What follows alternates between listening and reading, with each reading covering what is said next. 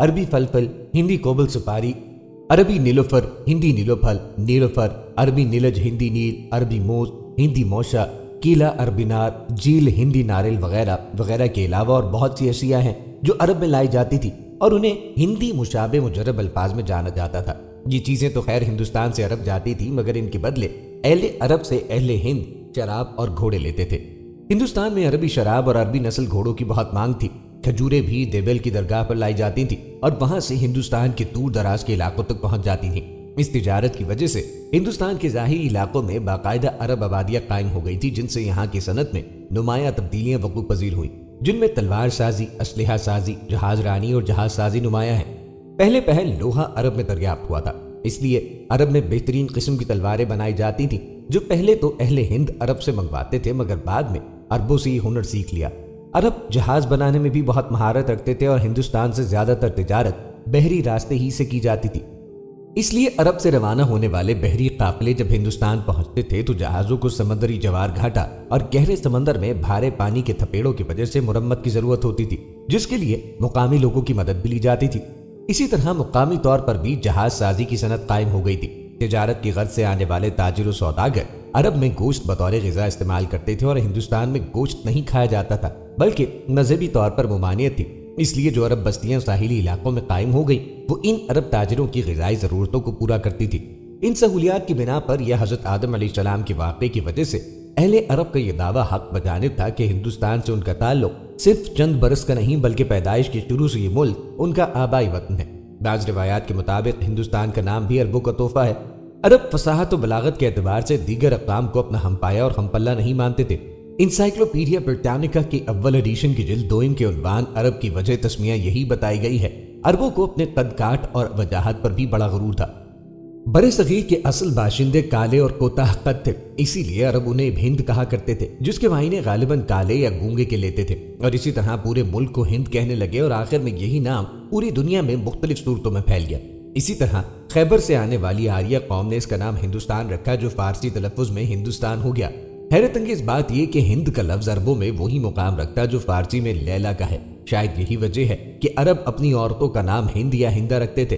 ناظرین، رسول کریم صلی اللہ علیہ وسلم اور صحابہ کرام ہندوستان کے لوگوں اور یہاں کی چیزوں سے اچھی طرح واقف تھے، اور متعدد مواقع پہ آپ کی زبان مبارک پر بھی اس کا ذکر آیا۔ امام ابن ابی حاتم رازی، امام عبداللہ حاکم، امام ابن جری طبری اور امام سیوطی نے حضرت عبداللہ بن عباس سے یہ روایت کی ہے کہ اور حاکم نے اس کی تصحیح کی ہے۔ حضرت آدم علیہ السلام سب سے پہلے سرزمین ہند میں اتارے گئے، اور ایک روایت ہے کہ سرزمین ہند کے دھکن میں اتارے گئے۔ علماء کا قول ہے کہ یہاں پر دھکن یا دھکنا کا معرم ہے اور اس سے مراد سراندیپ ہے۔ حضرت ابن عباس سے ایک دوسری روایت منقول ہے کہ حضرت محمد صلی اللہ علیہ وسلم نے فرمایا کہ حضرت آدم علیہ السلام پہلے مکے میں بیت اللہ کی جگہ پہ اتارے گئے تھے۔ حضرت ابن عباس سے ایک دوسری روایت منقول ہے کہ حضرت محمد صلی اللہ علیہ وسلم نے فرمایا کہ حضرت آدم علیہ السلام پہلے مکے میں بیت اللہ کی جگہ پہ اتارے گئے تھے، پھر یہاں سے ہندوستان گئے۔ مشہور تابعی عالم حضرت عطا بن ابی رباح نے حضرت آدم علیہ السلام کے بارے میں روایت بیان کی ہے کہ حضرت آدم سرزمین ہند میں اتارے گئے اور ان کے ساتھ جنت کی 4 شاخیں بھی تھی جن سے لوگ خوشبو حاصل کرتے تھے۔ انہوں نے وہاں سے بیت اللہ کا حج بھی کیا۔ ان روایات سے معلوم ہوتا ہے کہ عہد رسالت میں ہندوستان جانا پہچانا ملک تھا، بلکہ اس کے متعلق حضرت آدم کی وجہ سے یک گونا احترام کا جذبہ بھی پایا جاتا تھا۔ اس سے بڑھ کر اہم روایت یہ ہے کہ رسول اللہ نے ہندوستان میں دیہات کرنے کی پیشن گوئی بھی فرماتے ہوئے اس میں شریک ہونے والوں کو نار جہنم سے محفوظ ہونے کی بشارت دی ہے۔ امام نسائی نے اپنی سنن میں اس حدیث کے لیے باب غزو الہند کا مستقل عنوان قائم کیا، اور امام طبرانی نے منجم میں اس کی سند کو جید بتایا ہے۔ حضرت سبحان رسول اللہ سے روایت کرتے ہیں کہ رسول پاک صلی اللہ علیہ وسلم نے فرمایا کہ میری امت کے 2 گروہوں کو اللہ تعالیٰ نے جہنم کی آگ سے محفوظ رکھا ہے، ایک وہ گروہ جو ہندوستان میں جہاد کرے گا اور دوسرا وہ گروہ جو حضرت عیسیٰ بن مریم کا ساتھ دے گا۔ اسی بشارت نبوی پر حضرت ابو ہریرہ نے ہندوستان کے جہاد میں شرکت کی آرزو جان و مال قربان کرنے کی پیشکش کی۔ چنانچہ مسند احمد اور سنن نسائی میں ابو ہریرہ سے روایت ہے کہ رسول اللہ نے ہم سے غزوہ ہند کا وعدہ فرمایا ہے، اگر میں اس میں شریک ہو سکا تو اپنی جان و مال اس میں قربان کر دوں گا، اور اگر مارا گیا تو بہترین شہید بنوں گا، اور اگر زندہ واپس ہوا تو میں نار جہنم سے آزاد ابو ہریرہ رہوں گا۔ رسول اللہ صلی اللہ علیہ وآلہ وسلم اور صحابہ کرام ہندوستان کے لوگوں سے بھی اچھی طرح واقف تھے۔ بخاری میں مذکور ہے کہ حدیث معراج میں آپ صلی اللہ علیہ وسلم نے حضرت موسیٰ علیہ السلام کو جاٹوں سے تشبیہ دی۔ ترمذی میں ہے کہ ایک موقع پر حضرت عبداللہ بن مسعود نے جنات کو جاٹوں سے تشبیہ دی۔ اسی طرح سیرت ابن ہشام میں ہے کہ جب نجران سے بنی کعب کے لوگ آئے تو رسول اللہ صلی اللہ علیہ وسلم نے ان کو ہندوستان کے آدمیوں سے تشبیہ دی اور دریافت فرمایا کہ یہ کون لوگ ہیں۔ عہد رسالت میں ہندوستان کی بہت سی اشیاء کا استعمال عام تھا۔ ان کے نام اور خواص سے لوگ واقف تھے۔ کافور، زنجبیل، عود، ہندی عود مشک، گنجفل، ہندی نیزے، ہندی تلوار، ہندی کپڑے وغیرہ روزمرہ کی زندگی میں استعمال کیے جاتے تھے اور قرآن و حدیث میں ان کے نام موجود ہیں۔ غرض ہندوستان یہاں کے باشندے اور یہاں کی چیزیں اس وقت عام طور سے مشہور تھیں اور پڑوسی ہونے کے ناطے دونوں ملکوں میں مختلف قسم کے تعلقات تھے۔ اسی تعارف نے ہندوستان میں اسلام کو بہت جلد متعارف کروایا اور جامعین سے دینی اور روحانی تعلقات بہت زیادہ استوار ہو گئے۔ رسول اللہ کی بعثت کے وقت عرب کے مختلف علاقوں میں ہندوستان کے لوگ آتے جاتے اور وہاں مستقل آباد بھی تھے۔ خود مکے میں، جو کہ اس زمانے میں بہت بڑا مذہبی اور تجارتی مرکز تھا اور قریشی تاجروں کی وجہ سے یمن اور شام کے درمیان تجارتی کاروبار کی منڈی تھا، ہندوستان کے تاجر اور صنع موجود تھے۔ چنانچہ ابو طالب کی ایک شعر میں ہندوستانی عورت کا نشان ملتا ہے اور ابن مسعود کی روایت میں جاٹوں کا ذکر ہے، اور بعض اشعار سے معلوم ہوتا ہے کہ مکے میں ہندوستانی کاریگر تلواریں بناتے تھے۔ نیز عرب کے باشندے مشرق میں ہندوستان اور چین کا تجارتی سفر کرتے۔ اسی طرح ہندوستان کے تاجر و صنع عرب میں آتے جاتے۔ ان حالات میں رسول اللہ کی بعثت و نبوت کا چرچا ہندوستان تک ہونا یقینی تھا، خصوصاً ایسی صورت میں جبکہ آپ کی بعثت میں مکے کے قریش تاجروں میں تہلکہ مچا دیا تھا اور وہ بازاروں، موسمی میلوں اور حج کے مواقع میں آپ کے خلاف پروپیگنڈا کرتے۔ ان مخالفانہ سرگرمیوں نے بہت سے غیر ملکیوں میں آپ کی خبر پہنچائی۔ چنانچہ جب ایرانیوں کے بادشاہ کسرا کو آپ صلی اللہ علیہ وسلم کے دعوے نبوت کی خبر ملی تو اس نے اپنے یمن کے حاکم بازان کو آپ کے خلاف کارروائی کرنے کا حکم دیا۔ روم میں جب اس کی خبر پہنچی تو ہرقل نے قریش کے تاجر ابو سفیان سے آپ کے بارے میں تحقیقات کی۔ اسی طرح جب مسلمان مکے سے ہجرت کر کے حبشہ گئے تو نجاشی کو اسلام اور پیغمبر اسلام کے بارے میں معلومات ملی۔ غرض مکی زندگی میں ہی نبی کریم علیہ الصلوۃ والسلام کی شہرت پڑوسی ممالک میں عام ہو گئی تھی۔ اس سے یقین ہے کہ اس زمانے کے ہندوستان میں آپ کے بارے میں خبر پہنچ چکی ہوگی، مگر مستند تواریخ سے اس بات کا ثبوت نہیں ملتا کہ مکی زندگی میں آپ کا چرچا ہندوستان میں بھی ہوا ہوگا۔ بعض روایات سے معلوم ہوتا ہے کہ مکے میں ظاہر ہونے والے معجزہ شق قمر کا مشاہدہ ہندوستان میں ہوا اور اس کے نتائج بھی ظاہر ہوئے، مگر یہ بات بھی تواریخ کے اعتبار سے ثبوت کو نہیں پہنچتی۔ البتہ مکے سے ہجرت کے بعد جب کفار و مشرکین سے باقاعدہ جنگ ہوئی اور مسلمان کھل کر دعوت اسلام کو عام کرنے لگے تو دور دراز ممالک میں رسول اللہ کا چرچا ہو گیا۔ اس کے بعد ہی ہندوستان کے بعض مذہبی طبقوں نے نبی کریم علیہ الصلوۃ والسلام کی خدمت میں اپنا وفد بھیجا، اور بعض راجوں اور مہاراجوں میں دو واقعات زیادہ مشہور اور مستند ہیں۔ ایک سرندیپ کا جوگی اور سنیاسو کا، اس غرض سے آپ کی خدمت میں مدینہ منورہ میں اپنا وفد روانہ کرنا کہ وہ آقا کریم سے براہ راست اسلام کے بارے میں معلومات حاصل کریں۔ دوسرا ہندوستان کے ایک راجہ کا رسول اللہ کی خدمت میں زنجبیل کا ہدیہ بھیجنا، جسے آپ نے خود بھی تناول فرمایا اور صحابہ کرام کو بھی کھلایا۔ ناظرین، بزرگ بن شہریار ناخدا مہر مدین 4 صدی کا مشہور جہاز ران اور سیاح ہے۔ وہ عرب سے ہندوستان اور چین تک جہاز رانی کرتا تھا۔ اسے اپنی کتاب عجائب الہند میں یہاں کے ساحلی مقامات کے حالات تفصیل سے لکھے ہیں۔ اس نے سرندیپ کے جوگیوں اور سنیاسوں کی طرف سے رسول اللہ کی خدمت میں تحقیقاتی وفد جاتے اور اس کے اثرات کا ذکر ان الفاظ میں کیا ہے۔ سرندیپ کے لوگوں کی تواضع اور بڑھوتنی کا سبب وہی باتیں ہیں جن کو اس خادم نے بیان کیا تھا، اور ان کا پیوند لگے کپڑے پہننا اس وجہ سے ہے کہ اس نے حضرت عمر رضی اللہ عنہ کے بارے میں بیان کیا تھا کہ انہوں نے ایسا کپڑا پہنا تھا، اور ان کا مسلمانوں سے میل محبت رکھنا بھی اس لیے ہے کہ خادم نے حضرت عمر کی تواضع کا ذکر کیا تھا۔ اس وقت سے لے کر 4 صدی ہجری تک اہل سرندیپ اسلام اور مسلمانوں سے برابر محبت و تعلق رکھتے تھے۔ چنانچہ اس واقعے کے آخر میں بزرگ بن شہریار اپنے زمانے کی بابت لکھتا ہے، وہ لوگ مسلمانوں سے محبت رکھتے ہیں اور ان کی طرف بہت ہی زیادہ مائل ہیں۔ ان واقعات سے نہ صرف سرندیپ بلکہ آس پاس کے تمام علاقوں میں اسلام اور رسول اللہ کی خبروں کا پھیلنا قرین قیاس ہو جاتا ہے۔ ہندوستان اور چین میں عربوں کی تجارت عام تھی اور یہاں ان کے بحری سفر برابر ہوا کرتے تھے۔ بعض روایات سے معلوم ہوتا ہے کہ اسی زمانے میں رسول اللہ کی شہرت ہندوستان سے گزر کر چین تک پہنچ چکی تھی۔ گمان غالب ہے کہ سرندیپ کا مذکورہ بالا وقت یہاں کے بیک اور یا بکر نے سیاح یا بکرین نامی فرقے کی طرف سے مدینہ منورہ بھیجا ہوگا۔ یہ لوگ عام طور سے ننگے رہتے اور آگے پیچھے معمولی سے کپڑا باندھ لیتے، جاڑے میں بدن پہ چٹائی لپیٹ لیتے، باعث رنگ برنگے کپڑوں کی جوڑدار دھوتی پہنتے تھے، شمشاد کی راکھ بدن پہ ملتے، سر اور داڑھی کے بال نہیں رکھتے، مردوں کی کھوپڑی میں کھانا کھاتے تھے تاکہ دنیا کی بے ثباتی کا احساس ہو۔ جب عرب تاجر یا دوسرے ذرائع سے ان سریاسوں کو رسول اللہ کی خبر معلوم ہوئی تو انہوں نے تحقیق کے حال کے لیے اپنی جماعت کے ایک آدمی کو بھیجا۔ ان کے مسلمان ہونے کی روایت تو نہیں ملتی، لیکن اسلام کے بعض اثرات سے پوری طرح متاثر ہوئے اور ان کا آدمی صحیح سلامت واپس جاتا اور اس کے ذریعے سے اسلامی تعلیمات کو تفصیل کے ساتھ سنتے تو اس وقت سرندیپ اور جنوبی ہند کا دینی نقشہ غالباً کچھ اور ہی ہوتا۔ ان کی اسلام سے عقیدت کے نتیجے میں عرب کے مسلمان تاجر سرندیپ میں مستقل آباد ہو کے زندگی بسر کرنے لگے تھے۔ یعنی عربوں کی عورتوں اور بچوں کو وہاں کے راجا نے ایک جہاز میں عرب بھیجا، جس کو سندھ کے اطراف میں مید یعنی سمندری ڈاکوؤں نے لوٹ لیا تھا، اور عرب عورتوں کو گرفتار کیا جن کے انتقام میں محمد بن قاسم نے ہندوستان پہ حملہ کیا تھا۔ ہندوستان کے بڑے بڑے راجا اپنے پڑوسی بادشاہوں کے پاس ہدیہ بھیج کر ان سے تعلقات قائم کرتے۔ کسرا کے پاس راجا رحیمی وغیرہ کی ہدیہ و تحائف بھیجنے کا تذکرہ قاضی رشید بن زبیر نے کتاب الذخائر التحق میں کیا ہے۔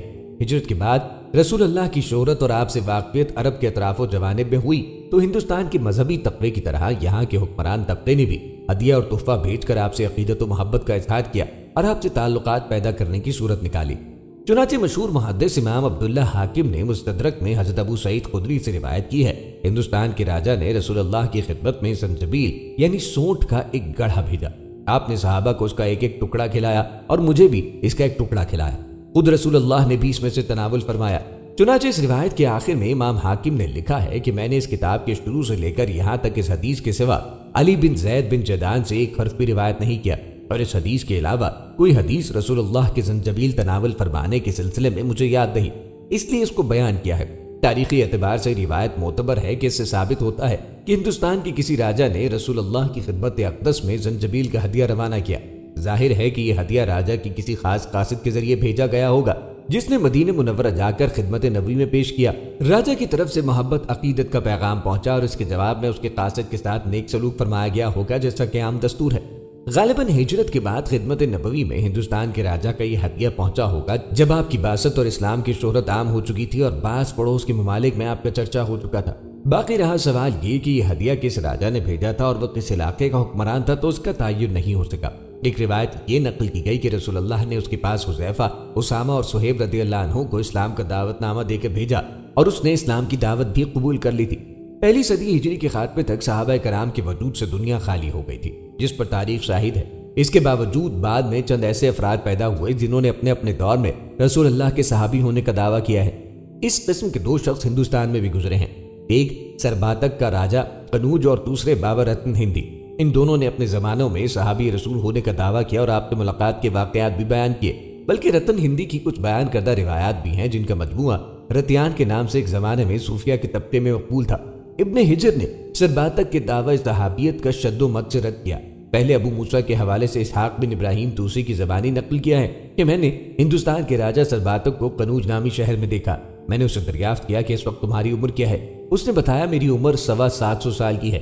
رسول اللہ نے میرے پاس حذیفہ، اسامہ اور صہیب کو بھیجا اور انہوں نے مجھے اسلام کی دعوت دی۔ میں نے اسلام قبول کر لیا۔ پھر ابو حاتم احمد بن حامد بلبی کے واسطے سے ابو سعید مظفر بن اسد حنفی طیب کا بیان نقل کیا ہے۔ میں نے سرباتوں کی ہندی کو کہتے ہوئے سنا کہ میں نے محمد صلی اللہ علیہ وسلم کو 2 مرتبہ مکے میں اور 1 مرتبہ مدینے میں دیکھا۔ آپ تمام انسانوں سے زیادہ خوبصورت اور بیان قد تھے۔ اس کے بعد حافظ ابن حجر نے اس قول کو جھوٹا قرار دیا ہے جس کی مختلف وجوہات تھیں۔ مورخین اور علماء کا یہ متفقہ فیصلہ ہے کہ حضرت ابو الطفیل عامر بن باسلہ سب سے آخری صحابی ہیں جو کہ روایات کے مطابق 110 ہجری میں دنیا سے تشریف لے گئے۔ اس کے بعد دنیا کی آنکھ کسی صحابی رسول کو دیکھ نہ سکے۔ ایک اور روایت میں ہے کہ رسول اللہ نے وصال سے تقریباً 1 ماہ قبل صحابہ سے ارشاد فرمایا تھا، تم میں سے جو لوگ آج روئے زمین پہ موجود ہیں 1 صدی گزرتے گزرتے ان میں سے ایک بھی باقی نہ رہے گا۔ اس لیے شرعی اور تاریخی نقطہ نظر سے راجہ سرباتک یا بابا رتن ہندی کی صحابیت ثابت نہیں ہے اور ان کا شمار ان لوگوں میں بھی نہیں ہو سکتا جو رسول اللہ کے معاصر یا مدرک تھے۔ محض اس کا حتمی جواز اور مشائخ کی باطنی شہادت اس کی تاریخی ثبوت ہونے کے لیے کافی نہیں ہے۔ ناظرین، عہد رسالت میں عرب کا ہندوستان کی بہت سی چیزوں کا عام استعمال تھا اور رسول اللہ اور صحابہ کرام نے ان کے عام استعمال کیا ہے۔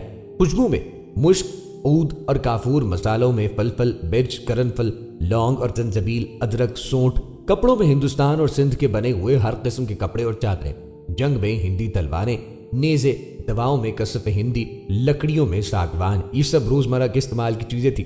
ان کے علاوہ خاص ہندوستانی چیزیں بھی رائج تھیں۔ بعد میں جب عرب و ہند کے تعلقات بڑھے اور مسلمانوں نے ایک پڑوسی ملک کی حیثیت ہندوستان کے ساتھ دینی، اسلامی اور ثقافتی رابطے بڑھائے تو عرب میں یہاں کی مذکورہ چیزوں کے علاوہ اور بھی بہت سی اشیاء کی بہتات ہو گئی۔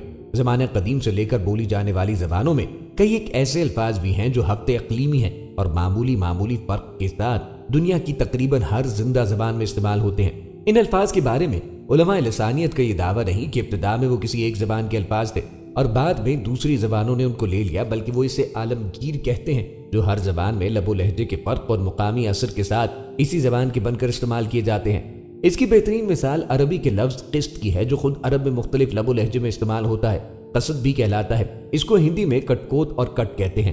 نیز یہی یونانی میں کرستوس، سریانی میں گوشتہ اور فارسی میں گوشتہ تھا اور انگریزی میں قسط کہلاتا ہے۔ اسی طرح بہت سے ایسے الفاظ جو معمولی فرق کے ساتھ دنیا کی اکثر زبانوں میں مشترک ہیں اور ان کو کسی ایک زبان کے لفظ نہیں کہا جا سکتا، بلکہ اسے لسانی توارد کا نتیجہ قرار دیا جائے گا۔ قرآن حکیم میں بھی ایسے الفاظ آئے ہیں جو عربی زبان کی طرح ہندی، فارسی، حبشی، نبطی اور سریانی زبانوں میں مستعمل ہیں۔ ان کے بارے میں یہی کہا جائے گا کہ یہ لغوی توارد اور لسانی اشتراک ہے۔ امام بن جریر طبری کی یہی رائے ہے، جیسے کہ امام سیوطی نے نقل کیا ہے۔ امام ابن جریر نے کہا کہ حضرت ابن عباس وغیرہ سے قرآن کے بعض الفاظ کی تفسیر میں جو مروی ہے کہ یہ فارسی، حبشی اور نبطی وغیرہ زبانوں کے الفاظ ہیں جن میں لغات کا توارد ہو گیا ہے، اور عرب، فارس اور حبشہ کے لوگوں نے ایک ہی لفظ کو استعمال کیا۔ ناظرین، قرآن حکیم میں اس طرح کے 3 مشترک اور متبادل الفاظ آئے ہیں جو ہندوستان اور عرب میں مقام، لب و لہجے کے فرق کے ساتھ بولے جاتے ہیں۔ ایک زنجبیل جسے ہندی میں زنجبیرہ کہتے ہیں، دوسری مسد جو ہندی میں موشقہ کہلاتا ہے، اور تیسرا کافور جسے ہندی میں کپور کہتے ہیں۔ دونوں زبانوں کی الفاظ اصلی ہیں اور ان کو مستقل حیثیت حاصل ہے، البتہ ان ناموں کی جو چیزیں ہیں وہ خاص ہندوستانی ہیں اور یہیں سے عرب میں جاتی ہیں۔ ان اشیاء کے لیے قرآن کے الفاظ بننا بڑے فخر کی بات ہے۔ پھر مزید یہ کہ جن کے انعام لذات میں ان کو خاص مقام حاصل ہے، یعنی جنت میں یہ نعمتیں لذت دنیاوی نعمتوں اور لذتوں کے انداز میں ہندوستان کو حاصل ہیں، اور اس کی خبر قرآن نے دی ہے۔ جنت کے پاکیزہ، لذیذ اور آسودگی بخش مشروبات کے بیان میں قرآن میں ہے کہ نیک لوگ ایسا پیالہ پئیں گے جس میں کافور کی آمیزش ہوگی، اور ان کو جنت میں ایسا پیالہ پلایا جائے گا جس کی آمیزش زنجبیل کی ہوگی۔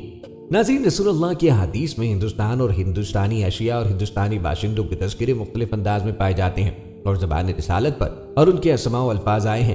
البتہ ہندی زبان کا کوئی جملہ رسول کی زبان سے منقول نہیں ہے، جبکہ فارسی کے بعض جملے احادیث میں ملتے ہیں جن کو آپ صلی اللہ علیہ وسلم نے اپنی زبان مبارک سے ادا فرمایا۔ البتہ بعض روایات سے پتہ چلتا ہے کہ خلافت راشدہ میں ہندی زبان عرب میں آباد ہندوستانیوں میں رائج تھی، جسے بعض صحابہ کرام بھی سمجھتے تھے۔ آپ کو بتاتے ہیں ان چند چیزوں کے بارے میں جو عہد رسالت میں عرب میں رائج تھی اور جن کو رسول اللہ صلی اللہ علیہ وسلم اور صحابہ نے استعمال کیا، یہ آپ صلی اللہ علیہ وسلم نے ان سے منع فرمایا۔ پہلی چیز مشک ہے۔ رسول اللہ صلی اللہ علیہ وسلم طیب تھے اور خوشبو کو پسند فرماتے۔ اس دنیا کی جن چیزوں سے آپ کو خاص رغبت تھی ان میں سے ایک خوشبو بھی ہے۔ ایک روایت ہے کہ آپ صلی اللہ علیہ وسلم جب بھی باہر جاتے تو خوشبو سے معلوم ہو جاتا کہ آپ ادھر سے گزرے ہیں۔ خوشبو میں مشک آپ کی محبوب ترین خوشبو ہے۔ حضرت ابو سعید خدری سے روایت ہے کہ ایک مرتبہ آپ کے سامنے مشک کا تذکرہ آیا تو آپ صلی اللہ علیہ وسلم نے فرمایا کہ مشک تمام خوشبوؤں سے پاکیزہ خوشبو نہیں۔ حدیث میں متعدد مواقع پہ مشک کا تذکرہ آیا ہے، جبکہ رسول اللہ نے اہل جنت کے بارے میں فرمایا ہے کہ ان کا پسینہ مشک کی طرح خوشبودار ہوگا۔ شہید کے بارے میں فرمایا کہ شہید کا رنگ تو خون جیسا ہوگا مگر اس کی مہک مشک جیسی ہوگی۔ روزے دار کے بارے میں فرمایا کہ روزے دار کی منہ کی مہک قیامت کے دن اللہ کے ہاں مشک سے بھی زیادہ خوشبودار ہوگی۔ ایک مرتبہ حضرت عائشہ رضی اللہ عنہا سے رسول کریم صلی اللہ علیہ وسلم کی خوشبو استعمال کرنے کے بارے میں سوال کیا تو آپ نے فرمایا کہ ہاں، آپ مشک اور عنبر کی خوشبو استعمال کرتے۔ ایک روایت ہے کہ راوی کے سوال پہ حضرت عائشہ رضی اللہ عنہا نے زکات و طبیب کا نام لیا، اور جب راوی نے اس کا مطلب دریافت کیا تو آپ نے مشک و عنبر کا نام دیا۔ حضرت انس سے روایت ہے کہ نبی کریم صلی اللہ علیہ وسلم ایک خاص مشک نامی خوشبو لگاتے تھے۔ ملا علی قاری نے جو کہ عمل و وسائل کی شرح شمائل میں سکے کا مطلب یوں لکھا ہے کہ سکہ ایک قسم کی مٹی ہے جو مشک اور رامق نامی ایک تیل کی آمیزش سے بنائی جاتی ہے۔ ایک اور روایت میں آتا ہے کہ آپ صلی اللہ علیہ وسلم مشک کو سر اور داڑھی میں لگاتے تھے۔ رسول اللہ صلی اللہ علیہ وسلم نے مشک کو بڑی رغبت سے خود بھی استعمال فرمایا اور دوسروں کو اس کے استعمال کی ترغیب بھی دی ہے۔ چنانچہ حدیث میں ہے کہ تمہاری خوشبو میں سب سے بہترین خوشبو مشک ہے، مشک بہترین خوشبو ہے۔ حضور نے مشک کا ہدیہ بھی دیا ہے، چنانچہ حبشہ کے بادشاہ نجاشی کو آپ نے مشک اور غلے کا ہدیہ روانہ فرمایا تھا، مگر نجاشی کی وفات کے بعد سے وہ ہدیہ واپس آ گیا اور آپ نے اس میں سے ایک اوقیہ مشک تمام ازواج مطہرات کو دے کر باقی حضرت ام سلمہ کو دے دیا۔ رسول اللہ کی تجہیز و تکفیر میں وہی مشک استعمال کیا گیا جو آپ کے پاس موجود تھا اور جس سے آپ زندگی میں خوشبو لگاتے ہیں۔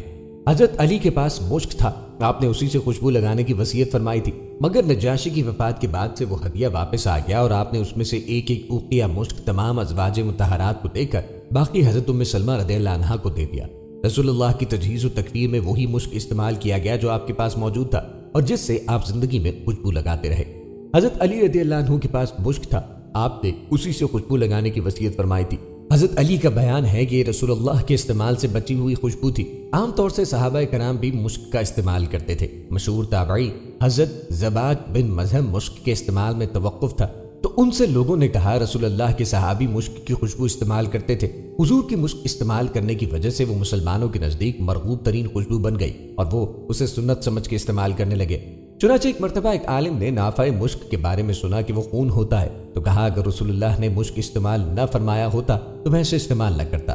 عید رسالت میں اس کے بعد مدینہ منورہ میں عود، مشک، کافور اور دیگر خوشبوؤں کا استعمال اس کثرت سے ہو گیا کہ دارین کے مشک اور عطر کے تاجروں کی ایک بہت بڑی جماعت مدینے میں آباد ہو گئی جو صرف خوشبوؤں کی تجارت کرتی تھی۔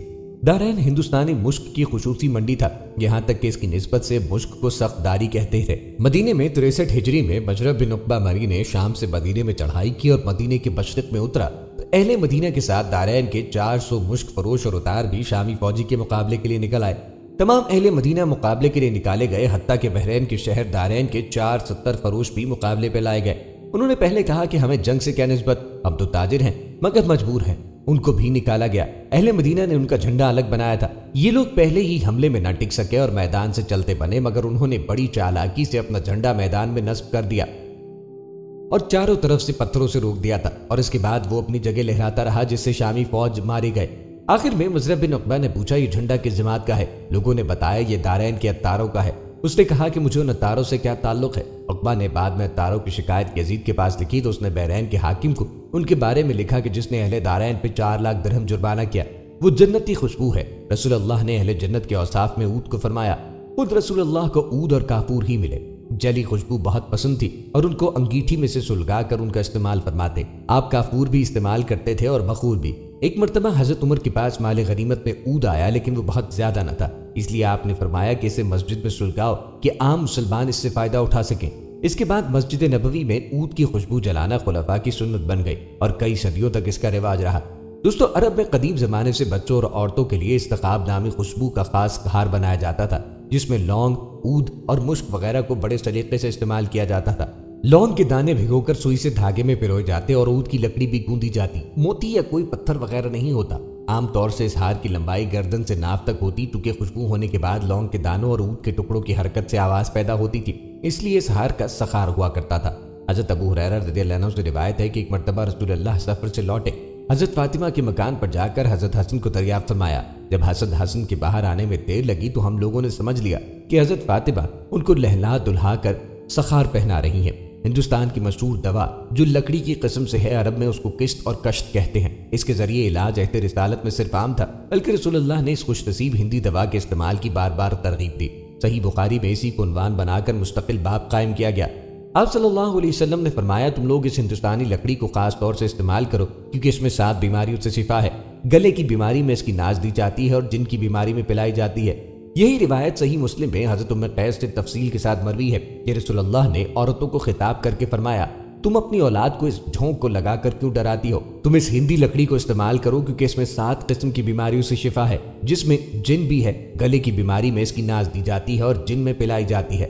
ایک مرتبہ رسول اللہ صلی اللہ علیہ وسلم حضرت عائشہ رضی اللہ عنہا کے حجرے میں آئے تو دیکھا ایک بچے کے ناک کے دونوں سراغوں سے خون جاری ہے۔ آپ نے وجہ دریافت فرمائی تو معلوم ہوا کہ یہ حالت گانٹی بڑھ جانے یا درد کی وجہ سے ہے۔ آپ نے فرمایا تم عورتوں پہ افسوس ہے، تم اپنی اولاد کی جان مت لو۔ اگر عورت کے بچے کو گلے یا سر درد کی شکایت ہو تو کشت ہندی لے کر گھسے اور اس کی ناز دے۔ چنانچہ آپ کی ہدایت کے مطابق جب کشت ہندی استعمال کی گئی تو بچے کو فوراً شفا ہو گئی۔ ہندوستان کی ساچ یعنی ساگوان کی لکڑی کا استعمال عرب میں قدیم زمانے سے عام تھا۔ خود رسول اللہ صلی اللہ علیہ وسلم کی شریر مبارک یعنی آرام فرمانے کے تخت کے پائے ساچ کے تھے، جسے آپ نے ہجرت کے بعد سے وفات تک استعمال فرمایا۔ بعد میں یہ سریر آثار متبرکہ میں محفوظ تھا اور اس پر مردے قبرستان لے جائے جاتے۔ بلازری نے انصاب الاشرف میں حضرت عائشہ سے روایت کی کہ مکے میں قریش کے ہاں چارپائی کا رواج نہ تھا۔ جب نبی پاک مدینے تشریف لائے تو ابو ایوب انصاری سے دریافت فرمایا کہ تمہارے ہاں چارپائی نہیں، اور انہوں نے بصد احترام نفی میں جواب دیا۔ حضرت اسد بن زرارہ کو اس کی خبر لگی تو ایک تخت بھیجا جس کے پاس ساگوان کے تھے، جس کے بارے میں کہا جاتا ہے کہ آپ اسی پر سوتے تھے، یہاں تک کہ جب حجرہ تیار ہو گیا تو اس میں تشریف لائے اور تخت بھی وہاں لایا گیا، اس پہ آرام فرماتے۔ جب وفات ہوئی تو اسی پہ رکھے گئے اور آج کی نماز جنازہ بھی اسی پہ رکھ کے پڑھائی گئی۔ اس کے بعد مدینے کے لوگ ہم سے یہ تخت لے جاتے ہیں اور اپنے مردوں کو اس پہ قبرستان لے جاتے۔ چنانچہ اسی پہ حضرت ابو بکر، حضرت عمر اور دوسرے لوگوں کے جنازے نکلے۔ اس کا مقصد حصول برکت تھا۔ جب مروان کا زمانہ آیا تو اس نے عوام کو اس سے روک کر اعیان الاشرف کے لیے خاص کر دیا اور عام مردوں کے لیے چارپائیاں بنوائی۔ بعد میں عبداللہ بن اسحاق نے اسے حضرت معاویہ کے آدمیوں سے 4000 درہم میں خرید لیا۔ مشہور محدث معین مدینہ منورہ میں فوت ہوئے اور ان کو بھی اسی تخت پہ غسل دیا گیا۔ عبداللہ بن عمر رضی اللہ عنہما کہتے ہیں کہ رسول اللہ کے زمانے میں مسجد نبوی کچی اینٹوں اور کھجور کی شاخوں سے بنائی گئی تھی۔ مجاہد کہتے ہیں کہ اس کے ستون کھجور کی لکڑی کے تھے۔ ابو بکر رضی اللہ عنہ نے اس میں کسی قسم کا اضافہ نہیں کیا، البتہ عمر رضی اللہ عنہ نے اس میں اضافہ کیا اور اس کی تعبیر رسول اللہ کی بنائی ہوئی بنیادوں کے مطابق کچی اینٹوں اور کھجوروں کی شاخوں سے کی اور اس کے ستون بھی نئی لکڑی کے لگائے۔ مجاہد کی روایت میں عمدہ اشفاح کے الفاظ ہے۔ پھر عثمان رضی اللہ عنہ نے اس کی عمارت میں تبدیلی کی اور اس میں بہت سارے اضافے کیے۔ اس کی دیواریں منقش پتھروں اور گچھ چونے سے بنوائی، اس کے ستون منقش پتھروں سے بنوائے اور اس کی چھت ساگوان کی لکڑی سے بنوائی۔ قدیم عرب میں ہندی نیزے اور ہندی تلواریں بھی استعمال کی جاتی تھی۔ عربی روایات میں ہندی تلوار کی تذکرے بہت ہیں۔ سندھ اور ہندوستان سے نباتاتی جامعہ اور روئی کے مخملی کپڑے عرب جاتے تھے۔ بعض روایات سے معلوم ہوتا ہے کہ حضرت عائشہ نے سندھی کپڑے استعمال فرمائے ہیں۔ لسان العرب میں حضرت عائشہ رضی اللہ عنہا کی حدیث میں ہے، دیکھنے والے نے ان کے جسم پر 4 سندھی کپڑے دیکھ کے خیال کیا کہ یمنی چادر تھی۔ رسول اللہ صلی اللہ علیہ وسلم اور صحابہ کرام نے کچھ ایسے کپڑے بھی استعمال کیے جو ہندوستان اور دوسرے مقامات سے عرب میں جاتے یا دونوں جگہ تیار کیے جاتے تھے۔ اس لیے ان کے بارے میں یہ نہیں کہا جا سکتا کہ وہ خالص ہندوستانی تھی یا نہیں، البتہ ان کے ہندوستانی ہونے کا شبہ ضرور ہے۔ روایات میں سندھی مرغی کا تذکرہ بھی آتا ہے۔ وجاج سندھی عرب میں ہندوستان کی مخصوص چیز سمجھی جاتی تھی۔ رسول اللہ اور صحابہ کرام کے مرغ کھانے کا ذکر حدیث میں متعدد بار آیا، مگر ان میں سندھی مرغی کا خاص تذکرہ نہیں ہوا۔ ابو موسیٰ کی روایت کے مطابق رسول اللہ نے مرغی کا گوشت تناول فرمایا ہے۔ بعض روایات سے پتہ چلتا ہے کہ عہد رسالت میں وجاج سندھی کا گوشت استعمال ہوتا تھا۔ ناظرین، عہد رسالت میں ہندوستان کی بہت سی چیزیں عرب میں رائج تھی، جن میں کئی چیزوں کو رسول اللہ نے خود پسند فرما کے استعمال کیا اور صحابہ کو ان کی ترغیب دی۔ اسی طرح یہاں کی بہت سی چیزیں اور دونوں ملک کی مشترک باتوں سے منع فرمایا، جن کی وجہ سے اسلامی عقائد اور اعمال میں کمزوریاں آنے کا ڈر تھا یا وہ سرے سے اسلامی روایات کے خلاف تھی۔ چوسر نام کا یہ کھیل غالباً ایرانیوں کے ذریعے عرب پہنچا۔ یہ ہندوستانی کھیل ہے جس سے آپ صلی اللہ علیہ وسلم نے بڑی شدت سے روکا۔ جس نے چوسر کھیلا اس نے گویا اپنا ہاتھ خنزیر کے خون اور گوشت میں ڈالا۔ ایک دوسری حدیث میں فرماتے ہیں کہ جس نے چوسر کھیلا اس نے اللہ اور اس کے رسول کی نافرمانی کی۔ غالباً یہ کھیل جوئے کے طور پہ کھیلے جاتے ہیں، اس لیے ان کا کھیلا جانا منع کر دیا۔ شطرنج بھی ایک ہندوستانی کھیل ہے جو عرب میں رواج پا چکا تھا۔ رسول اللہ نے اس سے بھی سختی سے منع فرمایا ہے۔ ایک حدیث میں ہے شطرنج کھیلنے والا ملعون ہے، دوسری حدیث میں کہ جب تم ان شطرنج اور چوسر وغیرہ کھیلنے والوں کے پاس سے گزرو تو ان کو سلام نہ کرو، اگر وہ تم کو سلام کریں تو ان کے سلام کا جواب نہ دو۔ گودنا یعنی ٹیٹو بنوانا، جو کہ ہندوستان اور عرب دونوں ملکوں میں عام تھا، بلکہ دنیا کے اکثر وحشی اور دوسری قوموں میں اس کا رواج پایا جاتا تھا۔ جاہلیت کے اشعار میں گوندنے کا ذکر کثرت سے آیا ہے، اس سے بھی آپ صلی اللہ علیہ وسلم نے منع فرمایا ہے۔ ان روایات سے پتہ چلتا ہے کہ عہد رسالت میں ہندوستان اپنی ایک تہذیب رکھتا تھا جسے اسلام نے متاثر کیا، اور ہندوستان کی کچھ اچھی چیزیں مسلمانوں میں رائج ہو گئی، جبکہ بری چیزوں سے آپ صلی اللہ علیہ وسلم نے منع فرمایا۔ ناظرین، یہ تھی ہماری آج کی ویڈیو۔ امید کرتے ہیں کہ آپ کو ویڈیو ضرور پسند آئی ہوگی۔ اگر آپ کو ہماری آج کی ویڈیو پسند آئی تو گزارش کرتے ہیں کہ ہمارے چینل کو ضرور سبسکرائب کریں اور ساتھ ہی لگے بیل کے بٹن کو بھی پریس کریں تاکہ آپ کے پاس آنے والی مزید معلوماتی ویڈیوز کا نوٹیفیکیشن بر وقت ملتا رہے۔ سبسکرائب کے ساتھ ساتھ ویڈیو کو لائک بھی کریں اور اپنی قیمتی رائے کا اظہار کمنٹس میں ضرور کریں۔ کمنٹس میں آپ اپنے سوالات ہم تک پہنچا سکتے ہیں۔ اللہ تعالیٰ آپ کو اپنی حفظ و امان میں رکھے، آمین۔